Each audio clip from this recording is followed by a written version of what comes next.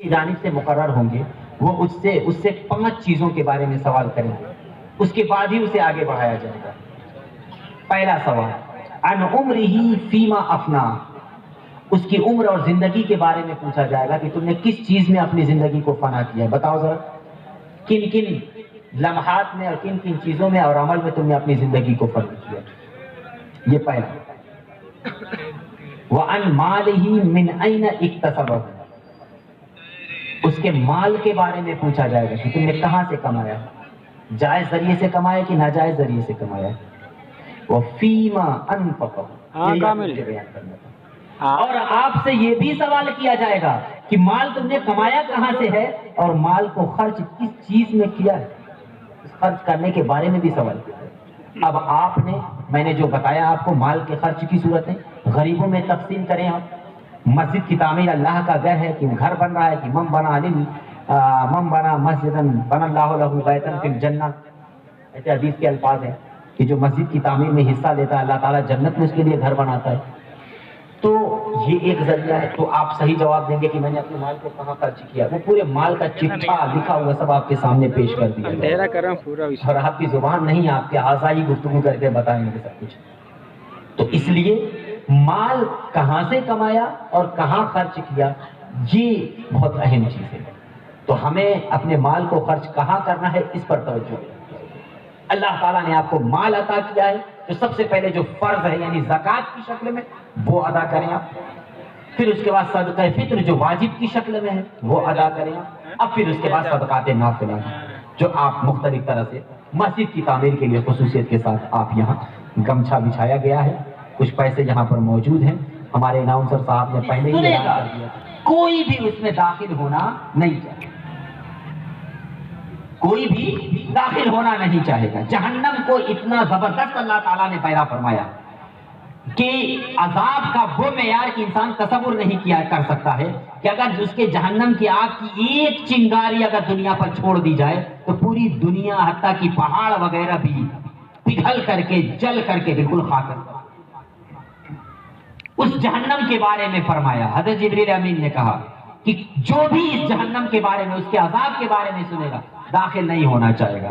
اب آگے سنیے حدیث، رسول کائنات فرماتے ہیں ثم حفها بالشہوات، پھر اللہ تعالیٰ نے جہنم کو شہوتوں سے گھیر دیا، خواہشات نفس سے گھیر دیا، نفس کی پیروی کرنے والوں کو گھیر دیا، یعنی یہ کہ وہ لوگ جو اپنے خواہش نفس کی پیروی کرتے ہوئے ایمان و اعمال کے تقاضے کو پورا نہیں کریں گے، عبادات کی طرف نہیں جائیں گے، ایمان کے مکمل اصول پر عمل پیرا نہیں ہوں گے، وہ لوگ جہنم میں۔ اب جب شہوات سے گھیر دیا تو اللہ تعالیٰ نے جبریل امین سے کہا اب جاؤ میری جہنم کو دیکھو۔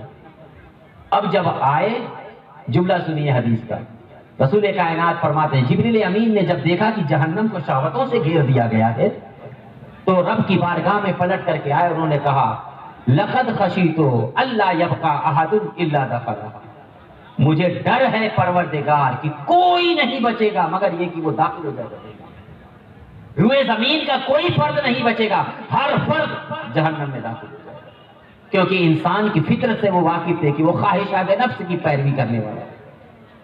تو اب ذرا غور کریں اس حدیث پر کہ جبریل امین ہمارے اعمال کے بارے میں فیصلہ اسی وقت کر رہے ہیں کہ اللہ تعالیٰ نے جب جنت کو پیدا کیا تو ہر کسی کو داخل ہونے کی بات کی، لیکن جب تکلفات شرعیہ اور اعمال و افعال سے گھیر دیا گیا تو کہا اب ڈر ہے شاید کوئی داخل ہو سکے، اور جب جہنم کو پیدا کیا تو کہا کوئی داخل نہیں ہو سکتا، لیکن جب شہوتوں سے گھیر دیا گیا تو جبریل امین نے کہا پروردگار مجھے تو ڈر ہے کہ کوئی بچے گا ہی نہیں۔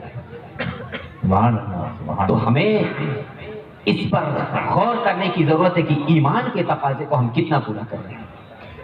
ہمیں تو کوئی بہت سخت سزائیں بھی نہیں دی جا رہی ہیں، ہمیں تو کوئی بہت زیادہ مجبور بھی نہیں کیا جا رہا ہے، بس ہمیں اعمال ہی تو کرنے ہیں۔ آپ کو یہ تھوڑی کہا جا رہا ہے کہ آپ تلوار لیجیے اور میدان جنگ میں جائیے، اپنے بچوں کو میدان جنگ میں بھیجیے، نہیں، ہمیں اس وقت صرف اور صرف ہمیں اپنے اعمال ایمان کے تقاضے کے مطابق اعمال کو درست کرنے کا حکم دیا گیا ہے۔ اب ذرا ایک اور حدیث سنیے آپ، رسول مشکات شریف کی یہ بھی حدیث ہے، باب المعجزات میں ذکر کی گئی ہے رسول حضرت خباب ابن ارت رضی اللہ تعالیٰ عنہ صحابی رسول، ہوا یہ تھا کہ مکے میں کافروں نے بڑی سختی کی، کسی کو گرم ریت پر لٹایا گیا، آگ کے شعلے میں ڈالا گیا، برف کی پتھر پر ان کو رکھا گیا، سولی دی گئی، طرح طرح سے انہیں سزائیں دی جا رہی۔ اب اتنی سزا کے بعد تو انسان سوچ سکتا ہے کہ اب ان کے حق میں بد دعا کرنی چاہیے، تو صحابہ کے ذہن میں یہی بات آئی ہے۔ رسول کائنات صلی اللہ تعالیٰ علیہ وسلم خانہ کعبہ یا حتیم کعبہ کی دیوار سے ٹیک لگائے آرام فرماتے، صحابہ کی جماعت رسول کائنات کی بارگاہ میں تشریف لے گئے اور کہا یا رسول اللہ، اللہ تدعو اللہ، کہ آپ ان مشرکین کے حق میں اللہ کی بارگاہ میں بد دعا کیوں نہیں کرتے؟ دیکھیے ایمان لانے کے بعد ہمیں اتنی سخت سزائیں دی جا رہی ہیں، آپ ان کے حق میں بد دعا کرتے ہیں۔ رسول کائنات ٹیک لگائے، حدیث کے الفاظ ہیں کہ فقعد وهو محمر وجهه، کہ رسول کائنات لیٹے ہوئے آرام فرماتے، بیٹھ گئے اور آپ کا رخ زیبا سرخ ہو، غصے کی وجہ سے، ناراضگی کی وجہ سے کہ ایمان کے تقاضے کو پورا کرنے کے بجائے وہ مجھے، ہم اور آپ نہیں تھے وہاں، وہ لوگ تھے جنہیں ان سخت سزائیں دینے کے باوجود بھی اللہ احد کی صدائیں بلند۔ ہمیں تو یہ اختیار دیا گیا ہے کہ اگر آپ کو قتل کی دھمکی دی جائے، مار ڈالنے کی دھمکی دی جائے، تو آپ زبان سے کلمہ کفر بک سکتے ہیں، آپ کے لیے اجازت ہے کہ اگر آپ موت سے بچنا ہے تو آپ کلمہ کفر زبان پر لا سکتے ہیں۔ اگر وہ بتوں کی پوجا کرنے کے لیے کہے تو تصدیق قلبی کو باقی رکھتے ہوئے کہ اگر وہ قتل کر دے گا نہیں میں سر جھکاؤں گا تو سر جھکا سکتے ہیں، آپ کے لیے اجازت ہے۔ وہاں ایسی کوئی اجازت ابھی نہیں تھی، ابھی تسلط فی الدین تھا، دین پر سختی سے عمل تھا، یہاں تک کہ ان کو اتنی سزائیں دی جا رہی تھی، اس کے باوجود بھی وہ اللہ ایک ہے کی صدا بلند کر رہے تھے، اور وہ لوگ بارگاہ رسالت میں پہنچے تھے اور انہوں نے کہا تھا یا رسول اللہ، آپ کا کفار و مشرکین کے حق میں بد دعا کیوں نہیں کر دیتے کہ وہ سب کے سب ہلاک ہو جائیں؟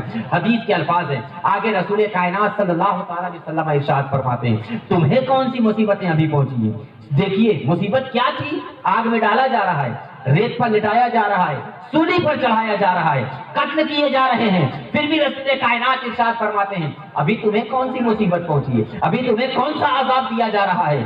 کہ فرمایا آگے کہ کان الرجل فی من قبلکم، کہ تم سے پہلے بھی اور لوگ ہوا کرتے تھے، ان کے لیے ہوتا کیا تھا کہ یحفر لہ فی الارض، زمین میں گڈھا کھودا جاتا، فیجعل فیہ، اور اس شخص کو زمین میں ڈال دیا جاتا، پورا جسم نہیں، پیر کا حصہ جہاں ختم ہوتا ہے ران کے حصے تک، اسے زمین میں ڈال کر کے اتنا گاڑ دیا جاتا تھا، فیجاء بمنشار، اور آرا لایا جاتا۔ آرا ایک ہوتا ہے انسان کا ہاتھ بلیڈ سے کٹ جائے، اور ایک ہوتا ہے انسان کا ہاتھ لوہا کاٹنے والے بلیڈ سے کٹ جائے، ریت تین جس کو کہا جاتا ہے شاید، اس سے کٹ جائے، آرے سے کٹ جائے، دونوں کے کٹنے میں بہت فرق ہوتا ہے، بلیڈ سے کٹے تو بھی تکلیف دیتا ہے، اور اگر کوئی لکڑی کاٹنے والے آرے سے آپ کے ہاتھ کو کاٹ دے تو اس کی تکلیف کا اندازہ آپ لگا سکتے ہیں۔ رسول کائنات ارشاد فرماتے ہیں کہ تم سے پہلے لوگوں کا معاملہ یہ تھا کہ ان کے لیے زمین میں گڈھے کھودے جاتے تھے، پھر اس کے بعد انہیں زمین میں ڈال کر کے گاڑ دیا جاتا تھا، فیجاء بمنشار، اور پھر وہی آرا، لکڑی کاٹنے والا آرا لایا جاتا، فیوضع فوق راسہ، ان کے سر پہ رکھا جاتا، یہاں پر ایسے نہیں، سر پہ رکھا جاتا تھا، فیوضع فوق راسہ، سر پر رکھا جاتا تھا، اور پھر اس کے بعد فرماتے ہیں کہ فیؤخذ باثنین، ایسے کوئی الفاظ ہیں، اور انہیں دو ٹکڑوں میں تقسیم کر دیا۔ اللہ غور کریں، کہاں پر؟ یہاں سر پہ رکھ کر کے ایسے سیدھے حصے سے انہیں چیر دیا جاتا تھا، فیشق باثنین، یہ حدیث کے الفاظ۔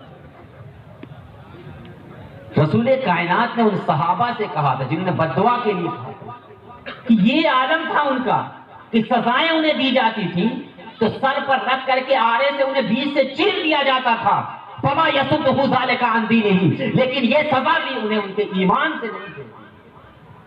ایسا ایمان تھا ہمارا اور آپ کا ایمان کا کیا حال ہے؟ ایک لاٹھی مارو فوراً پہنچ جائے گا، کیا کرنا ہے بتاؤ؟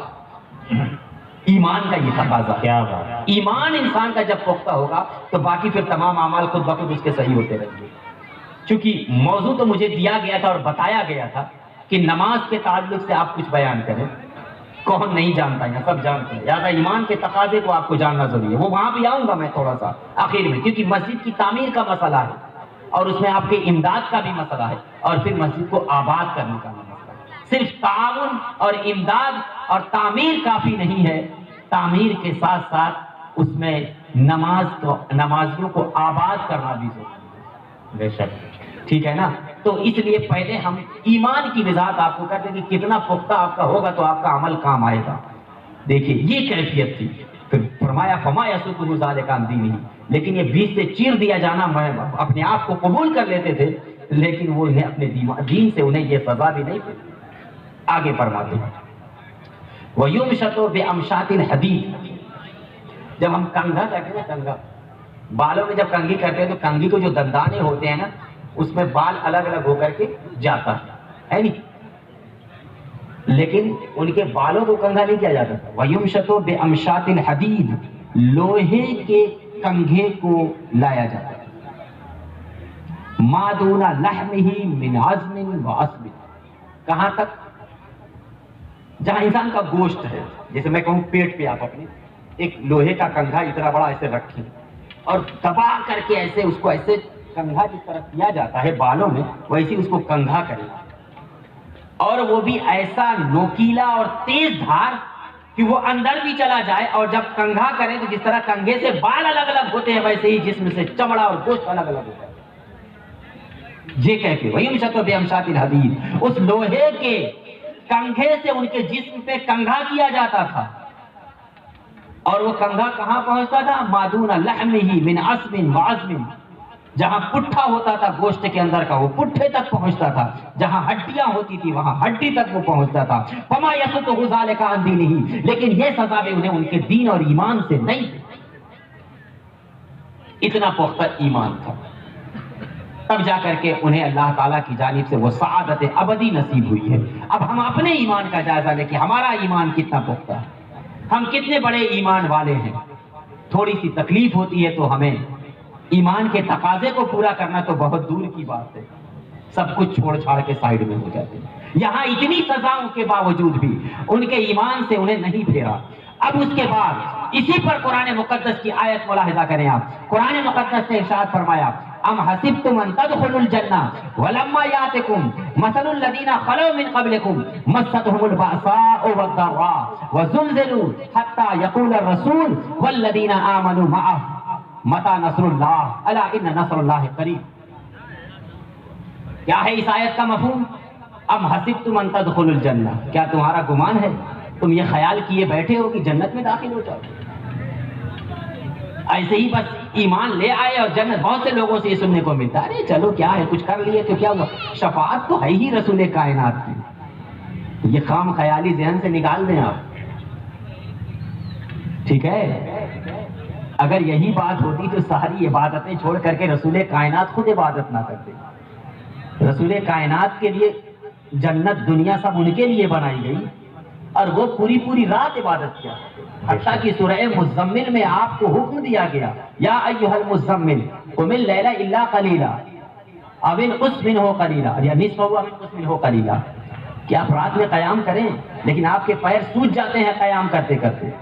رسول کائنات جو وجہ تخلیق کائنات ہیں، جن کی وجہ سے کائنات بنائی گئی ہے، وہ رات میں قیام کر رہے ہیں اور ہم یہ سوچ کر کے بیٹھے ہوئے ہیں شفاعت کریں، معاف کسی کے لیے نہیں ہوئی، کوئی بھی عبادت کسی کے حق میں معاف نہیں ہے۔ اگر وہ یہ سوچے بیٹھا ہے کہ ہمارے چلیے مسلمان ہیں امت محمدیہ سے، تو یہ خام خیالی ذہن سے نکال دیجیے، عبادت کیجیے، تکلفات شریعہ پر عمل کیجیے، تب جا کر کے آپ کا ایمان پختہ ہوگا۔ تو یہ ایمان، یہ کیفیت تھی ان کی جو اللہ رب العزت کی بارگاہ سے انہیں تصلف فی الدین ملا تھا۔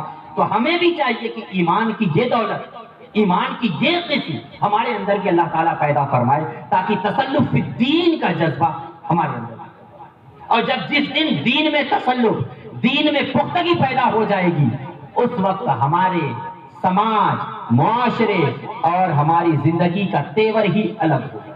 ہم خود ملاحظہ کریں، کسی اور کو کہنے کی ضرورت نہیں پڑے گی، یا بلا کر کے یہ کہنے کی ضرورت نہیں پڑے گی کہ فلاں کو سمجھا دیجیے، فلاں یہ معاشرہ بگڑ رہا ہے، یہ ہو رہا ہے، وہ ہو رہا ہے، یہ کچھ نہیں، کیونکہ ہر انسان خود اپنی چیز کا ذمہ دار ہے۔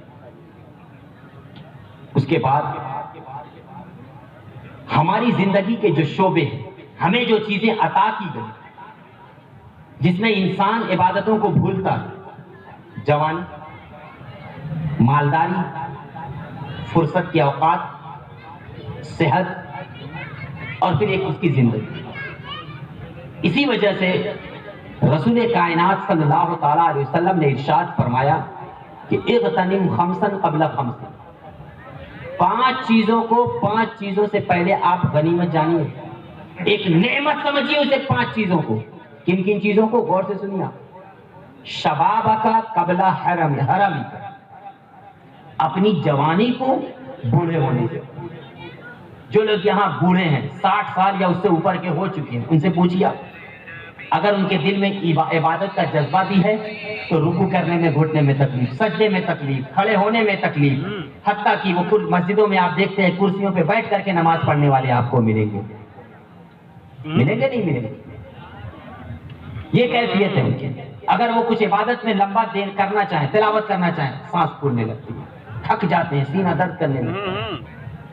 اسی وجہ سے فرمایا شبابک قبل حرمک، اپنی جوانی کو اپنے بڑھاپے سے پہلے غنیمت سمجھیے۔ ایک تقریر میں سن رہا تھا، انہوں نے واقعی دعوت اسلامی کی سنی تھی، بڑا اچھا بول رہے تھے۔ کچھ لوگ کہتے ہیں ارے ابھی تو زندگی ہے، دیکھا جائے گا، ابھی تو جوانی ہے۔ وہی دیکھا جائے گا، انہوں نے کئی چیزیں ذکر کی، آپ لوگوں نے بھی سنا ہو۔ کیا جب قبر میں پیر لٹک جائے گا تب دیکھا جائے گا؟ کیا جب منکر نکیر سوال کرنے آئیں گے تب دیکھا جائے گا؟ کیا جب وہ فرشتے آپ کی جان نکالنے کے لیے، روح قبض کرنے کے لیے آئیں گے تب دیکھا جائے گا؟ اس طرح کی بہت ساری چیزیں انہوں نے ذکر کی ہے۔ تو دیکھا جائے گا تب دیکھیں گے آپ۔ اس لیے جوانی کو غنیمت سمجھیے۔ جوانی اللہ تعالیٰ نے عطا فرمائی ہے، آپ کے بازو طاقتور ہیں، اسی وجہ سے جوانی کی عبادت بڑھاپے کے مقابلے میں حدیث میں 70 گنا افضل بتائی گئی، کیونکہ جس حقوق و مراعات کے ساتھ، تمام طرح کی رعایتوں کے ساتھ انسان جوانی میں اپنی عبادت کر سکتا ہے، وہ بڑھاپے میں نہیں۔ لہٰذا آپ جوانی میں اپنے آپ کو اس طرح سے نہ گزارتے کہ میں طاقتور ہوں، میں نے اپنے طور پر جسم بنایا ہے وغیرہ۔ اچھا، اس کے بعد فرمایا وَصِحَّتَكَ قَبْلَ السَّقَمِ، بیمار ہونے سے پہلے اپنی صحت کو آپ غنیمت جانیں۔ بیمار بہت سارے لوگ یہاں پہ ہوں گے بھی، اچھا خاصا جسم ہے لیکن کسی بیماری کی وجہ سے وہ عبادت نہیں کر پا رہے ہیں۔ تو اس وجہ سے انسان بیمار ہونے سے پہلے اپنی صحت کا خیال کرتے ہوئے، صحت کے مطابق ایمان پر عمل کرتے ہوئے عمل کرے۔ وَغِنَاكَ قَبْلَ فَقْرِكَ، یا قبل فقرِكَ، اپنی مالداری کو غنیمت سمجھے آپ فقیر ہونے سے پہلے۔ یہی آپ کے ٹانڈا میں ایک دو نہیں کثیر مثالیں ہم نے خود سنی ہیں، مجھے تو آئے 6-7 سال ہوا ہے، آپ تو یہاں بچپن سے رہتے ہیں، پتہ نہیں کتنی مثالیں سنی ہوں گی، جن کے کوٹھیاں چلتی تھی، جن کے بڑے سارے سیٹ، کوٹھی سے مراد بڑے بڑی عمارتیں تھیں، سیٹ تھے کہ ان کے بچے بڑے مالدار تھے۔ آج جب ان کا وقت گزر گیا، ان کے بچوں کی حالت اور کیفیت دیکھ لیجیے کیا ہے۔ ان کے بچوں کی کیفیات کا یہ حال۔ اسی وجہ سے حضرت عبداللہ ابن عمر رضی اللہ تعالیٰ عنہ نے ارشاد فرمایا کہ اذا امسیت فلا تنتظر الصباح، کہ اگر تم شام میں زندہ ہو تو پھر صبح کا انتظار مت کرو، وَإِذَا أَصْبَحْتَ فَلَا تَنْتَظِرِ الْمَسَاءَ، اور اگر تو صبح میں زندہ اور باقی ہے تو شام کا انتظار کرو، کہ چلو صبح ہے شام میں کر لیں گے، شام میں ہے صبح میں یہ کام کر لیں گے۔ کیا آپ کو معلوم ہے کہ میری موت کب آئے گی؟ لکھوا کے آئے ہیں کیا؟ کوئی بتا سکتا ہے کس کی کس لمحے موت ہو جائے؟ ہر گھڑی انسان کی موت کے قریب جا رہے ہیں۔ تو کہتے ہیں موت کے قریب پہنچیں گے تو عمل کر لیں گے، کہا اسی وقت کو آپ اپنی موت کا آخری وقت سمجھیں تو انسان خود بخود عمل کرنے لگتا ہے۔ تو یہ مالداری کو آپ غنیمت سمجھیں، جو اللہ تعالیٰ نے آپ کو مال و دولت عطا فرمائی، وہ فضول خرچی، دکھاوا، سنا کہ لوگ میری تعریف کریں گے، کسی مشاعرے میں گئے تو وہاں، کہیں اور ڈی جے باجا ہو رہا ہے تو وہاں، اور اس طرح کے مختلف خرافات میں نام ہو۔ اپنی مالداری کو غنیمت سمجھیں، ایک مقام اور ماحول مسجد کی تعمیر کا ہے، یہ ایک بہترین ذریعہ ہے۔ آپ کے قرب و جوار میں پڑوس میں غریب ہیں، وہ بہترین ذریعہ ہیں۔ مدارس کے طلبہ ہیں، بہترین ذریعہ ہیں جہاں آپ اپنے مال کو خرچ کر سکتے ہیں، جس میں آپ کو خرچ کرنے کے بعد ثواب ملے۔ اس کے بعد نبی علیہ السلام نے فرمایا وَفَرَاغَكَ قَبْلَ الشُّغْلِ، اور اپنے فرصت کے اوقات کو اپنی مصروفیت سے پہلے آپ ٹیسٹ الگ الگ ہے.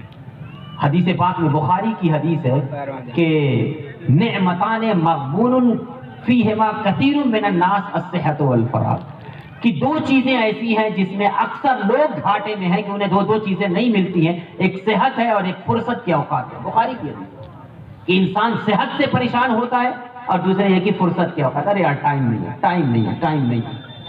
جس سے پوچھیے ٹائم نہیں، فرصت کے اوقات. تو اپنے فرصت کے اوقات کو غنیمت سمجھیں.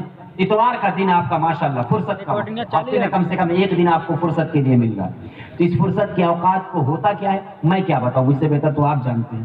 شاید ہی کہیں 2 بجے 2:30 بجے سے پہلے ہے نہیں. تو فرصت کے اوقات کو اس طرح نہ گزاریں، ایمان کے تقاضے کو پورا کریں آپ، تب جا کے ایک صالح معاشرے کی تکمیل ہوگی، ایک صالح معاشرے کی تشکیل ہوگی، اور تب جا کر کے ہمیں ایمان کی لذت اور حلاوت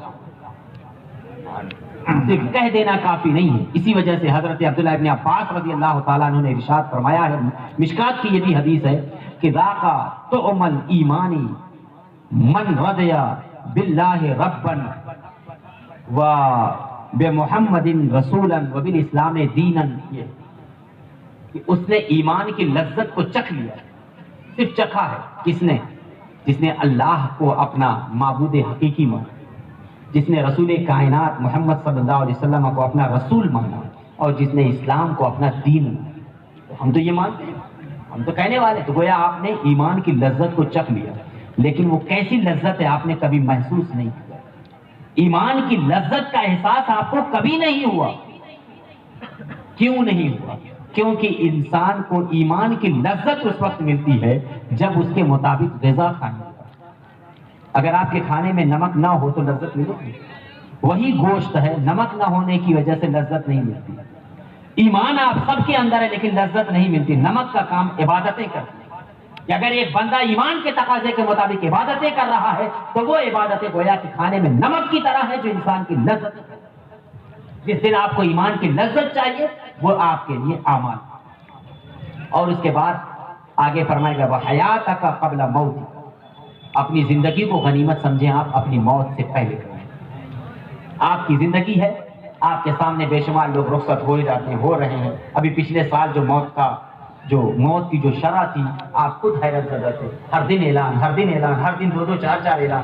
سب کچھ آپ کے سامنے ہوا ہے، ساری مصیبتیں آپ کے سامنے ہوئی ہیں، لیکن پھر بھی حالات جس کے تس ویسے ہی ہے نہیں. جب 5 کی قید تھی تو ہر کوئی 5 میں شامل ہونا چاہتا تھا. ٹاپ 5 میں میں ہی رہوں گا ہے نہیں. جو شاید مسجد میں کبھی نظر نہیں آتا تھا وہ بھی کہتا تھا کہ اس 5 میں میں بھی رہوں گا. آج جب کہ 5 میں 0 0 لگا لیجئے، اتنی کوئی حد نہیں ہے، سب غائب. اب نہیں پتا ہے، اب جذبہ نہیں نظر آ رہا ہے. جب پابندی لگائی گئی تھی تو میں تو پڑھوں گا، امام صاحب میں تو پڑھوں گا، 5واں 6واں کسی اور کو تلاش کریں. بڑا جذبہ تھا، وہ جذبہ نہیں تھا، وہ بس ایک انسان کی ایک کیفیت تھی جو ایک وقت ابھری تھی. اگر جذبہ ہوتا تو وہ آج بھی برقرار. کیا اس قید و بند کے ساتھ ابھی آپ کو نصیحت نہیں ملی؟ ہماری عبادت گاہیں بند کر دی گئی تھی، ابھی اس سے بڑی کوئی اور نصیحت کی چیز ہو سکتی ہے کیا؟ آپ کو آپ کے گھر میں بند کر دیا گیا، اس سے بڑی کوئی نصیحت کی چیز ہو سکتی ہے کیا؟ یہ تو بتانے کی چیز ہے ہی نہیں، یہ تو خود ہی آپ سمجھ سکتے ہیں. حالات یہاں تک بگڑ چکے ہیں، یہاں تک حالات ہو چکے کہ پوری دنیا میں قید و بند کی یہ صورتیں ہو گئی. تب بھی ہمارے لیے اعمال نہیں، وہی مستیاں گلیوں میں ٹہل کر کے. تو اپنی زندگی کو آپ غنیمت سمجھیے. اللہ تعالیٰ نے حیات مستعار آپ کو عطا فرمائی ہے، چند دنوں کے لیے مانگ کر کے ادھار کے طور پہ آپ لائے ہیں. اور جو شے ادھار کی ہوتی ہے انسان اس کا مالک نہیں ہوا کرتا. آپ اپنی زندگی کے مالک نہیں ہیں کیونکہ اللہ تعالیٰ نے مقرر کر. حضرت حاتم رضی اللہ، گھبرا تو نہیں ہے آپ لوگ جی؟ حضرت حاتم رضی اللہ تعالیٰ عنہ سے لوگوں نے پوچھا کہ آپ اس طرح سے عمل میں کیسے مصروف ہو جاتے ہیں؟ ایمان کے تقاضے کو پورا کرتے ہوئے آپ ہر طرح کا عمل کیسے کر لیتے ہیں؟ آپ نے اپنے اعمال کی بنیاد کن چیزوں پر رکھی ہے؟ تو انہوں نے کہا، غور سے سنیے، بڑی نصیحت آمیز بات انہوں نے بتائی. 4 چیزوں پر میں نے اپنے عمل کی بنیاد رکھی ہے. اگر ان 4 چیزوں پہ انسان، ہم اور آپ بھی، میں بھی اسی میں شامل ہیں، اگر اس پر عمل کر لیں تو ہمارے اعمال کا بھی وہی ہے. سب سے پہلی چیز انہوں نے بیان کی کہ علمت ان لی رزقا لا یجاوزنی الی غیر. مجھے یقین سے معلوم ہے کہ میرے لیے رزق اللہ تعالیٰ نے مقدر کر رکھا ہے جو میرے علاوہ کسی اور کو نہیں دیا جائے گا. وہ رزق میرے علاوہ کسی اور کو نہیں دیا جائے گا. کما لا یجاوز رزق احد الیہ، جس طرح سے کہ کسی دوسرے کا رزق مجھے نہیں دیا. میرا رزق جس طرح کسی اور کو نہیں دیا جا سکتا ویسے ہی دوسرے کا رزق مجھے نہیں. فوثقت بہ، تو میں نے اسی پر بھروسہ کر. مجھے دیکھ لیجیے آپ، میرا گھر کہاں ہے، میں کہاں کا رہنے والا ہوں، کتنی دور سے آیا ہوں. اللہ تعالیٰ نے میرا رزق یہاں متعین کر رکھا تھا، میں آ گیا. کوئی جانتا ہے کس کا رزق کہاں پہ ہے؟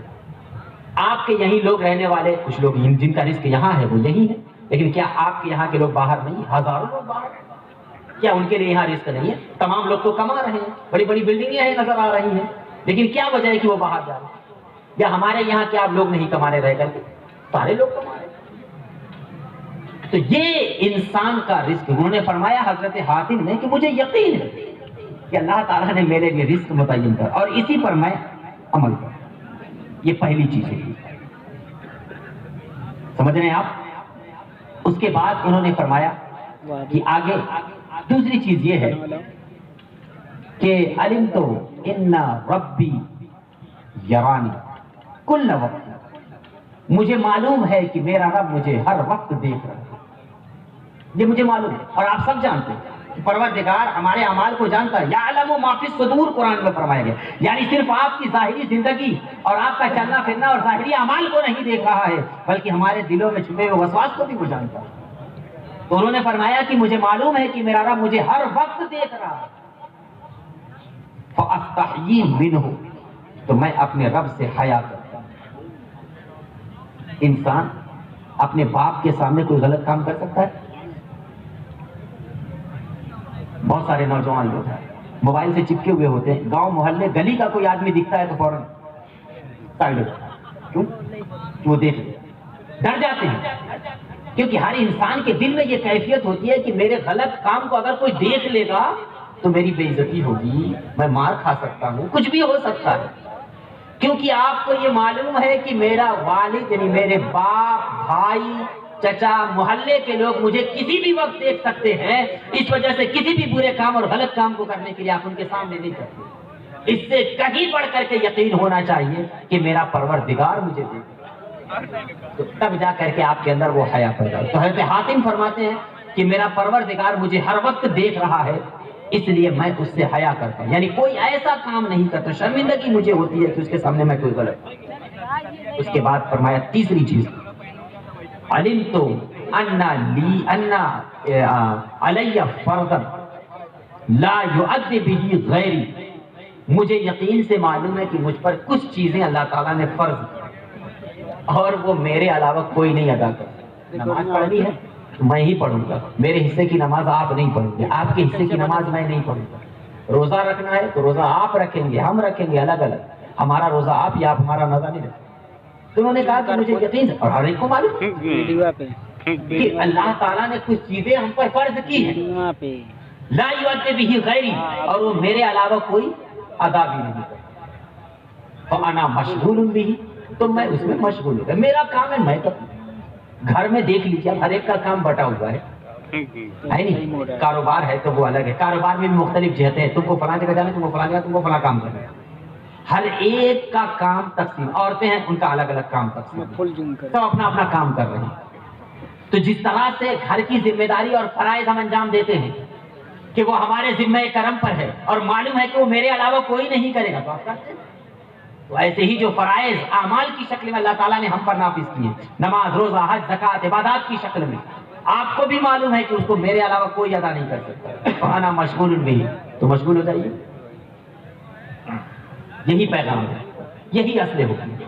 اس کے بعد آخری چوتھی چیز حضرت حاتم بیان کر رہے ہیں. وہ کہتے ہیں کہ علمت ان لی اجلا، مجھے معلوم ہے کہ اللہ تعالیٰ نے میرے لیے ایک وقت مقرر کر رکھا ہے. آپ سب کو معلوم، کیا آپ نہیں جانتے ہیں کہ آپ کو مرنا ہے؟ کوئی جو کھڑا ہو جائے اور ہاتھ اٹھا کر دے مجھے نہیں مرنا ہے؟ ہر ایک کو مرنا ہے. تو وہ بھی کہہ رہے ہیں کہ مجھے معلوم ہے یقین سے کہ مجھے ایک دن مرنا ہے، ایک وقت مقرر ہے. جب میرا وقت مقرر ہے تو وقت مقرر ہے تو وقت کو غنیمت سمجھتے ہوئے اس کو استعمال میں لیں. اور وہ فرماتے ہیں کہ میں اپنے ہر لمحے کو، ہر گھڑی کو اور ہر گزرتے ہوئے وقت کو یہ سمجھتا ہوں کہ یہی میرا وقت مقرر ہے. اور جب انسان اپنے گزرتے ہوئے اوقات میں سے ہر وقت کو اپنا آخری وقت سمجھے گا، عمل کی طرف راغب ہو جائے گا. آپ دیکھ لیجئے بہت سارے لوگ جو جوانی میں عبادات کی طرف نہیں ہوتے ہیں، وہ عمر ڈھلتے ہی ان کے انداز بدلنے لگتے ہیں اور پھر وہ عبادات کی طرف مشغول ہوتے ہیں.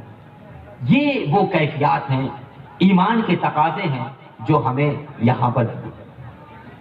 تو ایمان کے تقاضے پر اگر عمل کریں، ہمارا رزق متعین ہے، میرے علاوہ کسی اور کو نہیں دیا جا سکتا، دوسرا رزق ہمیں نہیں ہو سکتا. فرائض متعین ہے، ہم ہی کو ادا کرنا ہے، کوئی اور ادا نہیں کرے گا. موت کا وقت مقرر ہے، وہ ہمیں ہی ادا کرنا ہے، اس کو ہمیں ہی جاننا ہے اور اس پر عمل کرنا ہے، کسی اور کو نہیں کرنا ہے. تو یہ وہ بنیادی چیزیں جو ہم نے آپ کے سامنے رکھی ہیں ایمان کے تعلق سے اور ایمان کے تقاضے کے متعلق. اللہ رب العزت ہمیں اس پر عمل کی توفیق عطا فرمائے. بس آخری بات تھوڑی دیر اب اس کے بعد، اچھا، ایمان کے تقاضے کی تکمیل کے بعد ہم نے بتایا تھا، حدیث بھی بیان کی کہ اسلام کی بنیاد جو 5 چیزوں پر ہے، ایمان کے بعد سب سے پہلی چیز آتی ہے نماز. یہ پروگرام خاص طور سے تعمیر مسجد اور اس مسجد کی آبادی، میں نے اس سے پہلے بھی یہ 2 چیزیں. اب آپ تو جانتے ہی ہیں، میں نے اس سے پہلے ابھی اسی لیے بیچ میں تذکرہ بھی کر دیا تھا کہ اپنے مال کو فقیر ہونے سے پہلے غنیمت جانیے. تو مال کو فقیر ہونے سے پہلے غنیمت جاننے کا مطلب کیا ہے کہ اللہ تعالیٰ نے جو مال عطا کیا ہے وہ خیر خواہی میں آپ خرچ کریں. چلیے خیر خواہی میں آپ خرچ کر رہے ہیں اور اتنے سارے انتظامات کیے گئے ہیں تو آپ بالکل بڑھ چڑھ کر کے حصہ لیں. اللہ رب العزت نے آپ کو جو بھی توفیق دی ہے اس توفیق سے بڑھ کر کے آپ حصہ لیں تو اللہ رب العزت آپ کے رزق میں، مال میں برکت عطا کرے. اور یہ خیال رہے کہ ہمیں نام و نمود یا اعلان نہیں کروانا ہے کہ میں نے 5,000 10,000 دے دیا یا مسجد کی تعمیر کے لیے کوئی مخصوص اشیاء دے دی ہے تو پورے محلے کے لوگ جانے کہ فلاں صاحب نے یہ دیا. تصور بھی نہیں کر سکتا تھا کہ مجھے نماز چھوڑنی. اس لیے وہاں حدیث اپنی جگہ پر بالکل صحیح ہے، کیونکہ کافی ہی تھے جو نماز نہیں پڑھتے تھے. جتنے اس وقت مومن تھے سب نماز. اب آج کے زمانے میں اگر یہ حدیث صادق آ جائے، اسی لیے اس زمانے میں اس حدیث کی تشریح و توضیح ہمارے فقہا نے کی ہے، وہ ایک الگ ہے. حضرت ابراہیم علیہ السلام نے اپنی ذریت کے لیے دعا کی. ہم دعا میں نماز میں مانگتے بھی ہیں کہ رب اجعلنی مقیم الصلاۃ ومن ذریتی ربنا وتقبل. کیا میرے پروردگار جو میری ذریت آنے والی ہے، جو میری اولاد آنے والی ہے، انہیں نماز کا قائم کرنے والا بنے. یہ دعا کی. اسی لیے ہم بھی دعا کرتے ہیں رب اجعلنی مقیم الصلاۃ ومن ذریتی ربنا وتقبل. دعائے پروردگار دعا قبول کرنا. یعنی جو ہماری اولاد ہے، ہم تو نمازی کسی نہ کسی طرح سے بن گئے ہیں، پروردگار ہماری اولاد کو بھی نماز کا قائم کرنے والا ہے. حضرت عیسیٰ علیہ السلام ابھی ماں کی گود میں ہیں، صرف 3 دن کے بچے، اور ان کی والدہ پر جب زنا کی تہمت لگائی گئی تو تفسیروں میں اس کو ذکر کیا گیا. حضرت عیسیٰ علیہ السلام نے بائیں ہاتھ کو اپنی ماں کی آغوش میں رکھا اور سر کو اس طرح سے رکھا اور انہیں اٹھا کر کے خطاب کیا ان کے قوم کے سامنے اور کہا انی عبداللہ آتانی الکتاب وجعلنی نبیا وجعلنی مبارکا اینما کنت واوصانی بالصلاۃ والزکاۃ ما دمت حیا. حضرت عیسیٰ علیہ السلام صرف 3 دن کے ہیں، ماں کی گود میں ہیں، اپنی ماں سے زنا کی براءت ظاہر کر رہے ہیں اور اس میں بھی ذکر کیا کر رہے ہیں انی عبداللہ. سب سے پہلے کہا میں اللہ کا بندہ ہوں، مطلب ہے کہ میں خدا نہیں ہوں. پہلے انہیں منع کر دیا کہ معلوم تھا کہ یہ عیسائی مجھے خدا بنانے والے ہیں. میں اللہ کا بندہ ہوں، اللہ تعالیٰ نے مجھے نبی بنایا ہے اور مجھے اللہ تعالیٰ نے مبارک بنا کر کے بھیجا ہے، میں جہاں کہیں بھی ہوں. وَأَوْصَانِي بِالصَّلَاةِ، اور مجھے نماز کی نسبت. تو حضرت عیسیٰ علیہ السلام، حضرت موسیٰ علیہ السلام کو جو سب سے پہلے وحی کی گئی تھی، وہ سب سے پہلی وحی بھی اسی کے تعلق سے تھی. قرآن مقدس نے اللہ رب العزت کے کلام کو ذکر فرمایا ہے کہ وَأَنَا اخْتَرْتُكَ فَاسْتَمِعْ لِمَا يُوحَىٰ. اے موسیٰ میں نے تجھے نبوت کے لیے چن لیا ہے، اب تم غور سے سنو جو تمہیں وحی کی گئی۔ اب جب وحی کی گئی تو کہا اللہ رب العزت نے اننی انا اللہ لا الہ الا انا فاعبدنی واقم الصلاۃ لذکری، میں ہی پروردگار ہوں، میرے علاوہ کوئی اللہ نہیں ہے، تو تم میری عبادت کرو۔ اور عبادت کیسے؟ اقم الصلاۃ لذکری، مجھے یاد کرنے کے لیے نماز پڑھو۔ ایک دو نہیں کثیر مثالیں ہیں جو ابھی بھی ہمارے ذہن میں بہت ساری باتیں ہیں، ٹائم زیادہ ہو گیا ہے، بس آخری نصیحت کے طور پر ہم آپ سے یہ عرض کرتے ہیں، عرض ہی کر سکتے ہیں کہ جو باتیں بیان کی گئی، ایمان کے تقاضے پیش کیے گئے، شہوات سے بچنے کا حکم دیا گیا، یا یہ ہے کہ جو بھی اللہ رب العزت کی بارگاہ سے ہم نے کلام خداوندی کی شکل میں، احادیث طیبہ کی شکل میں آپ کے سامنے رکھا ہے، بس یہ دعا ہے کہ اللہ تعالی ہماری باتوں کو آپ کے دل میں اثر انداز کرے۔ اگر اس مجمع میں دو چند لوگ بھی ہماری اس بات کو سن کر کے اگر کچھ نصیحت حاصل کریں گے تو یہ میرے لیے دنیا اور آخرت میں ایک عزت، شرف اور ثواب کا باعث ہوگا۔ اور اتنی دیر میں آپ کا بیٹھنا، یہاں پر سننا، یہاں یہ سب تیاری کرنا، یہ سارے جو نظارے نظر آ رہے ہیں آپ کو، یہ تمام کے تمام قبول ہوں گے۔ اللہ رب العزت ہمارے اعمال کی اصلاح فرمائے اور تمام طرح کی نیک عبادات عمل کی توفیق عطا فرمائے۔ استغفر اللہ ربی من کل ذنب و اتوب الیہ۔ السلام